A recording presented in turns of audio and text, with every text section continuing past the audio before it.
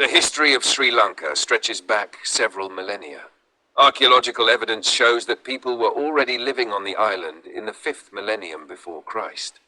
These early inhabitants used simple stone tools, hunted, gathered food, and gradually began to practice primitive agriculture. By the 3rd millennium before Christ, more stable settlements had emerged, and Sri Lanka became increasingly integrated into the trade networks of the Indian Ocean. In the 6th century before Christ, the first organized kingdoms began to emerge. The most significant of these was the kingdom of Anuradhapura, which developed into a political, economic, and religious center. A decisive turning point occurred in the 3rd century before Christ, when Buddhism was introduced to the island under King Devanampiya Tissa through the monk Arahath Mahinda. From that time onward, Buddhism profoundly shaped the culture, society, and state structures of Sri Lanka.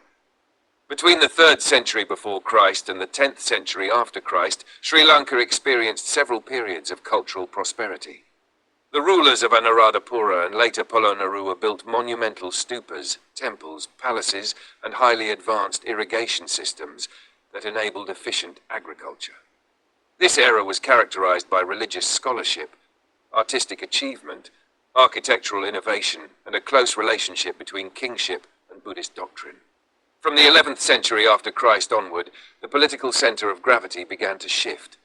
Internal power struggles, invasions from South India, and environmental changes contributed to the decline of the ancient capitals. New centers of power arose in the southern regions and the central highlands, including the Kingdom of Kandy, which managed to preserve its independence for a long period. In the 16th century after Christ, European powers first arrived in Sri Lanka. The Portuguese reached the island and established trading posts along the coast, seeking to control the spice trade and spread Christianity. In the 17th century after Christ, they were displaced by the Dutch, who took control of most coastal regions. Finally, in the 19th century after Christ, the British conquered the entire island and transformed Sri Lanka, which they called Ceylon, into a crown colony of the British Empire. Under British rule, plantation agriculture, particularly tea, rubber, and coffee, was expanded. Railways, roads, and administrative systems were developed, while social inequalities and ethnic tensions deepened.